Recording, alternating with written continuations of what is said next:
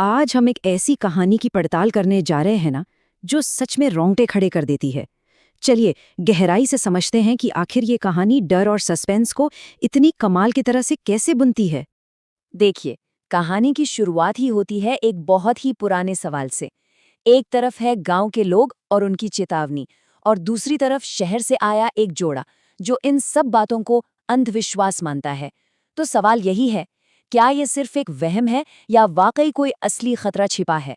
माहौल है शादी का, हर तरफ खुशियां ही खुशियां, पर बहुत जल्द ही इस खुशी पर एक अजीब से डर का साया पड़ने वाला है। एक ऐसा साया जो उन्हें एक जानलेवा सफर पर ले जाएगा। तो चलिए कहानी के पहले हिस्से पर चलते हैं। एक शादी और एक चेतावनी, यहीं से सारी कहानी की नींव रखी जाती है।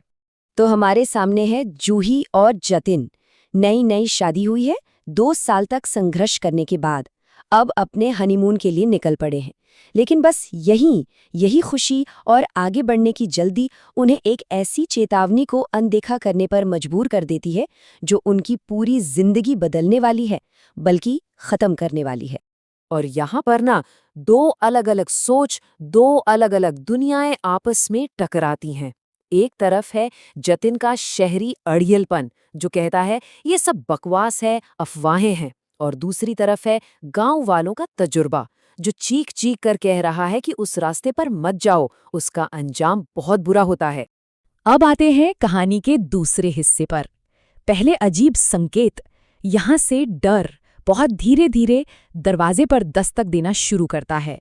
और देखिए, हॉरर कहानियों में डर की शुरुआत हमेशा ऐसी ही छोटी छोटी अजीब चीजों से होती है ना? जैसे चलती गाड़ी में अचानक ठंड लगने लगती है जबकि एसी बंद है, फिर सड़क पर अचानक एक औरत दिखती है और अगले ही पल गायब हो जाती है, और फिर वो पायल की छन छन की आवाज। ये सब तो बस एक ट्रेलर था, असली फिल्म तो अभी बाकी थी। तो अब कहानी अपने तीसरे पड़ाव पर पहुंचती है। कब्जे का खेल शुरू होता है। मतलब अब डर सिर्फ बाहर की दुनिया में नहीं है, अब वो उनके मन में, उनके दिमाग में घुस चुका है। और फिर वो पल आता है, वो एक पल जब जतिन को ये भयानक एहसास होता है कि गाड़ी में जो जूही है वो सिर्फ जूही नहीं है। उसकी आवाज़ एकदम बदल जाती है, और वो जो कहती है ना, तेरी हिम्मत कैसे हुई मुझे हाथ लगाने की, ये सुनकर जतिन की रूह तक कांप जाती है। इसी को कहते हैं साइकोलॉजिकल हॉरर। वो जो भी बुरी शक्ति है, वो जतिन के दिमाग के साथ खेल रही है। सोचिए, एक पल में जूही का रूप एकदम डरावना हो जाता है, और अगले ही पल वो हंसकर बोलती है, अरे मैं तो मजाक कर रही थी। अब जतिन करे तो क्या करे? वो बेचारा समझ ही नहीं पा रहा कि क्या सच है और क्या उसके दिमाग का वहम। तो यहाँ मकसद सिर्फ डराना नहीं है, वो ताकत उन्हें अंदर से तोड़ रही है। जतिन का आत्मविश्वास, जूही के साथ उसका रिश्ता, सब कुछ। ये एक तरह का दिमागी खेल है जहाँ वो उन्हें एक दूसरे का ही दुश्मन बना रही है। और अब कहानी का चौथा और सबसे भयानक हिस्सा, एक आखिरी जानलेवा सफर। अब सारे खेल खत्म हो चुके हैं, अब सिर्फ अंजाम बाकी है। कहानी में एक ऐसा ट्विस्ट आता है जिसकी किसी ने उम्मीद नहीं की थी। वो शक्ति जूही को छोड़कर अब जतिन के शरीर पर कब्जा कर लेती है। उसकी आंखें एकदम खून की तरह लाल हो जाती हैं, और जब वो जूही को पकड़ता है तब समझ आता है कि असली निशाना कौन था। और ये शायद पूरी कहानी का सबसे ज्यादा डरावना सीन है।